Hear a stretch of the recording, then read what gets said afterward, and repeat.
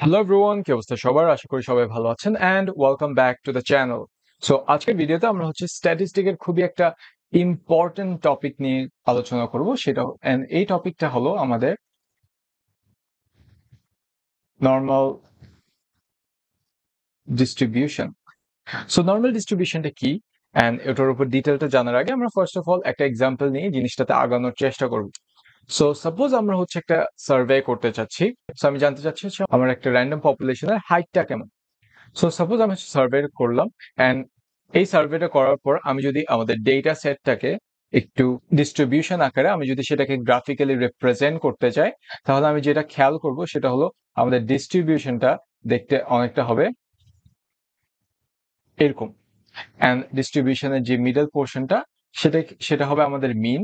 And আমরা যদি খেয়াল করি তাহলে আমরা দেখব আমাদের most of the data is around the centre. And এই জিনিসটা থেকে আমরা যেটা ইন্টারপ্রেট করতে পারতেছি সেটা হলো যে মোস্ট অফ দ্য পিপল হচ্ছে অ্যাভারেজ হাইট, আর আমাদের ডিস্ট্রিবিউশনে খুবই অল্প সংখ্যক মানুষ হচ্ছে শর্ট আর খুবই অল্প সংখ্যক মানুষ হচ্ছে টল।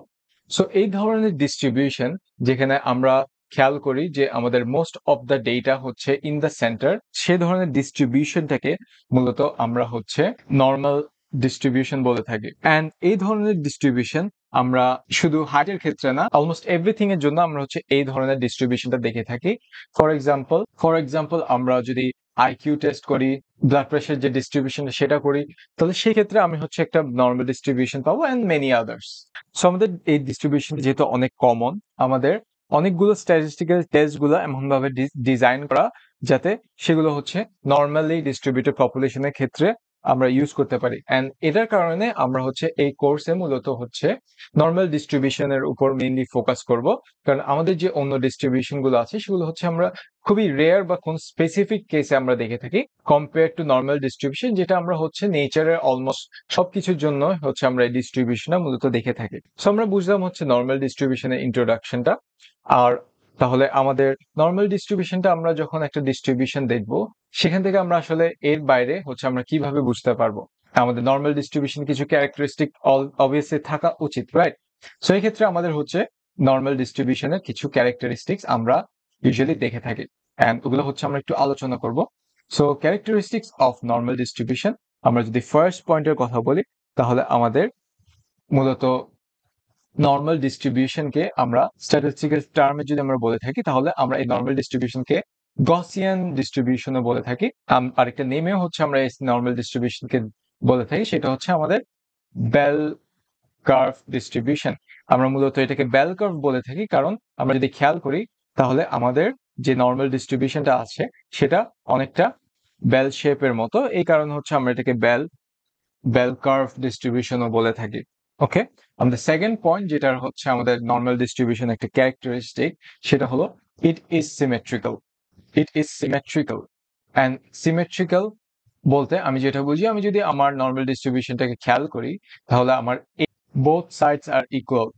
আমাদের যে ডিস্ট্রিবিউশন আমরা যে সাইডটা, সেখানে আমাদের বোথ সাইডস আর ইকুয়াল।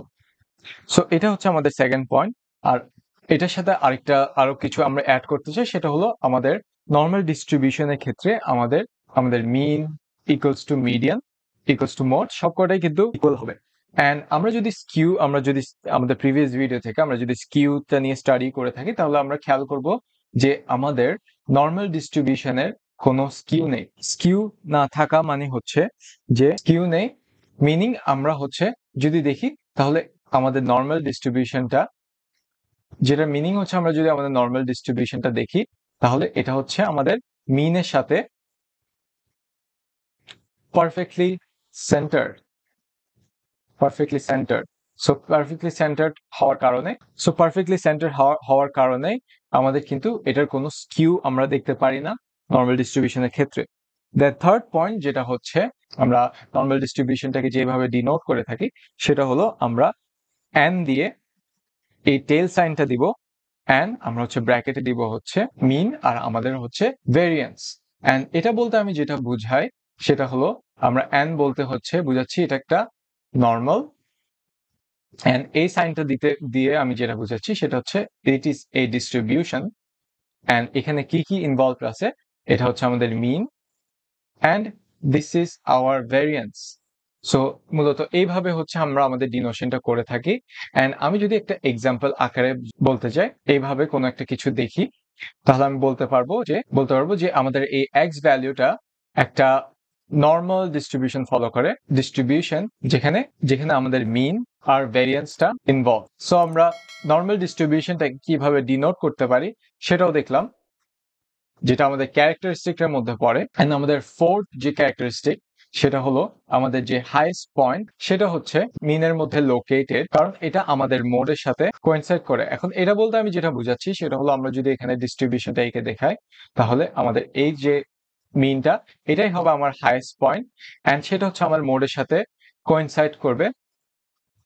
কারণ আমাদের এখানে মোড বলতে আমরা যেটা বুঝি সেটা হচ্ছে আমাদের highest number of values. So আমাদের এই ক্ষেত্রে হচ্ছে জিনিসটা ট্রু, যেটা আমরা নর্মাল ডিস্ট্রিবিউশনের ক্ষেত্রে দেখে থাকি। এন্ড আমাদের ফিফথ পয়েন্ট, যেটা হচ্ছে আমাদের ক্যারেক্টারিস্টিকের মধ্যে পড়ে, সেটা হলো আমাদের মিন, আমাদের যে নর্মাল ডিস্ট্রিবিউশনের মিনটা, সেটা আমাদের ডিটারমাইন করবে হচ্ছে সেন্টার অফ ডিস্ট্রিবিউশন, এন্ড আমাদের যে স্ট্যান্ডার্ড ডেভিয়েশনটা আছে সেটা ডিটারমাইন করবে আমাদের ডিস্ট্রিবিউশনের উইথটা। সো আমরা ফিফথ পয়েন্টটাকে যদি আরেকটু এলাবোরেট করি, তাহলে আমাদের যে নর্মাল ডিস্ট্রিবিউশন, তাহলে সেটা হচ্ছে আমাদের দুইটা ভ্যালু দিয়ে আমরা হচ্ছে সেটাকে ডিসক্রাইব করতে পারি। সেটা হলো আমাদের মিন, ফার্স্ট অফ অল আমাদের মিন, দেন হচ্ছে আমাদের স্ট্যান্ডার্ড ডেভিয়েশন। নাও আমরা হচ্ছে একটা ইকুয়েশন দেখব, যেখানে আমাদের এই ইকুয়েশনটা বলতে আমরা যেটা বুঝি সেটা হচ্ছে, এটা হচ্ছে একটা প্রবাবিলিটি ডেনসিটি ফাংশন। এটা হচ্ছে আমাদের একটা প্রবাবিলিটি ডেনসিটি ফাংশন, যেখানে যেখানে হচ্ছে আমরা মিন আর স্ট্যান্ডার্ড ডেভিয়েশন ইউজ করে আমাদের যে নর্মাল কার্ভের হাইটটা, সেটা আমরা বের করতে পারি, যে কোনো ভ্যালুতে আমরা সেটা বের করতে পারি। সো আমি যদি আমার যে হাইটের সার্ভেটা নিয়েছিলাম সেটার যদি একটা হিস্টোগ্রাম ড্র করার ট্রাই করি, যেখানে আমাদের হিস্টোগ্রামটা দেখতে অনেকটা হচ্ছে সাপোজ এরকম, অ্যান্ড এইখানে আমাদের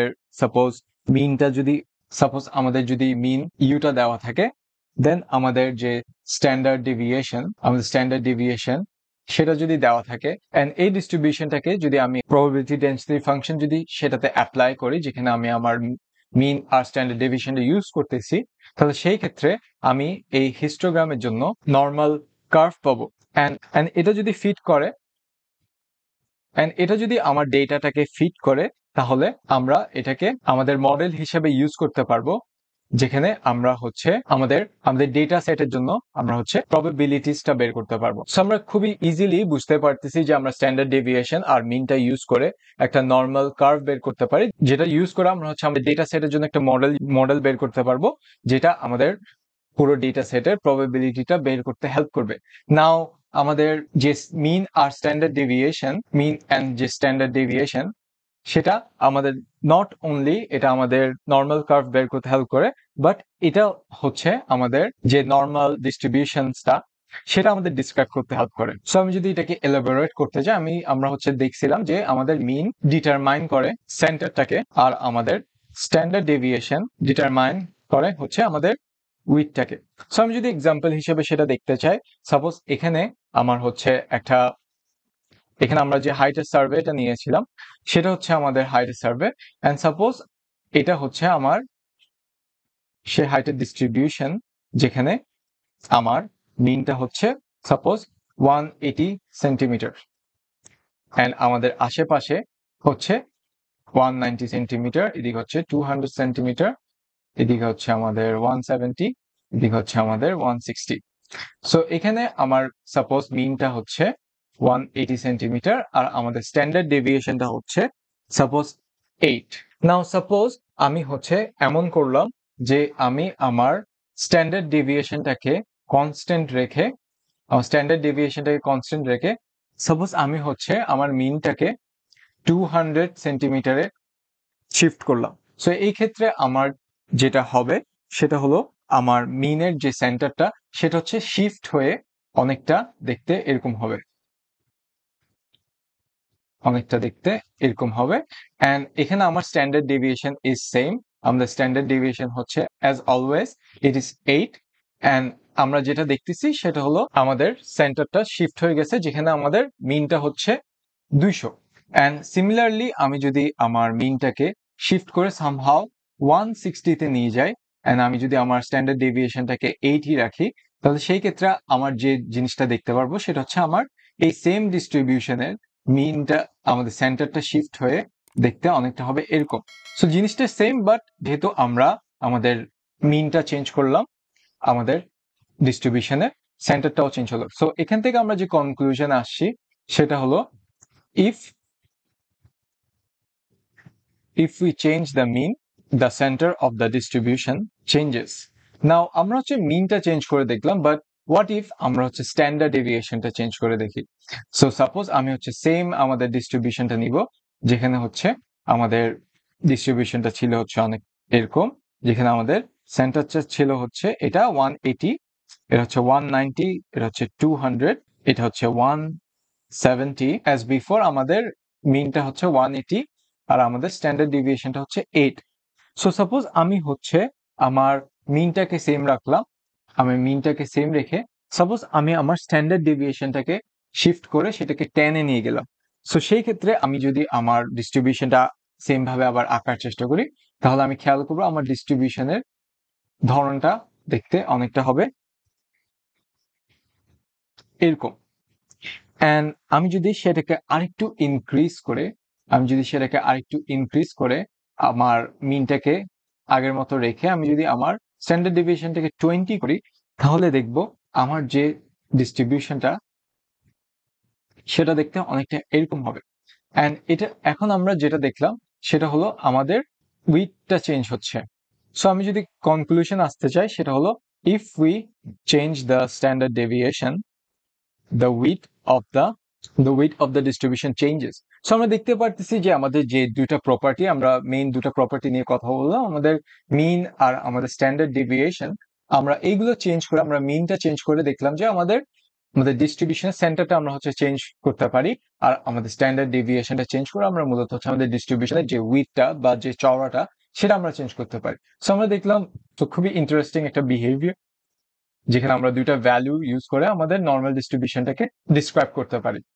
সো এটা ছিল হচ্ছে আমাদের নর্মাল ডিস্ট্রিবিউশন। আমরা দেখলাম নর্মাল ডিস্ট্রিবিউশনটা আসলে কি, আমরা দেখলাম হচ্ছে নর্মাল ডিস্ট্রিবিউশনটা অ্যাকচুয়ালি কোন ক্ষেত্রে ইউজ করা হয়, আমরা দেখলাম নর্মাল ডিস্ট্রিবিউশনে কিছু মেইন ক্যারেক্টারিস্টিক যেগুলো ইউজ করে আমরা আমাদের নর্মাল ডিস্ট্রিবিউশনে একটা নর্মাল ডিস্ট্রিবিউশনকে আমরা হচ্ছে ফাইন্ড আউট করতে পারবো। আমরা দেখলাম হচ্ছে আমাদের মিন আর স্ট্যান্ডার্ড ডিভিয়েশনের যে ইম্পর্টেন্সটা একটা নর্মাল ডিস্ট্রিবিউশনে, সেটা একটা নর্মাল ডিস্ট্রিবিউশন আমরা স্ট্যান্ডার্ড ডেভিয়েশন আর মিনটা ইউজ করে কিভাবে আমরা সেটাকে যদি প্রবাবিলিটি ডেন্সিটি ফাংশনে ইউজ করি, সেক্ষেত্রে আমরা একটা কিভাবে নর্মাল কার্ভ পাই, যেটা আমরা হচ্ছে ফার্দার যদি ডেটা সেটে আমরা ইউজ করি, সেক্ষেত্রে আমরা ডেটা সেটের জন্য সেটা যদি আমরা একটা ডেটা সেটের মডেল হিসেবে ইউজ করি, সেক্ষেত্রে আমরা পুরো ডেটা সেটের প্রবাবিলিটিটা ফাইন্ড করতে পারবো খুবই ইজিলি। অ্যান্ড লাস্টলি আমরা দেখলাম হচ্ছে আমাদের স্ট্যান্ডার্ড ডেভিয়েশন আর মিনটা চেঞ্জ করে আমাদের ডিস্ট্রিবিউশনটাকে কিভাবে ডিসক্রাইব করতে পারি। সো আশা করি ভিডিওটি হেল্পফুল ছিল। এই ভিডিও রিলেটেড যে লেকচারটা আমরা এখন দেখলাম, সেই লেকচারটার রিসোর্স গিটহাবে পোস্ট করে দিব। সো যারা হচ্ছে এটাকে অ্যাক্সেস করতে চান, তারা হচ্ছে ভিডিওর ডিসক্রিপশন বক্সে যে লিঙ্কটা দেওয়া থাকবে সেটাতে গিয়ে আপনারা হচ্ছে এই লেকচারটা অ্যাক্সেস করতে পারবেন। So that's it. If you do enjoy the content, then do give us a like on this video and share it with your friends. Don't forget to subscribe. আশা করি সবাই ভালো থাকবেন। আজকের জন্য এইটুকুই। Thank you.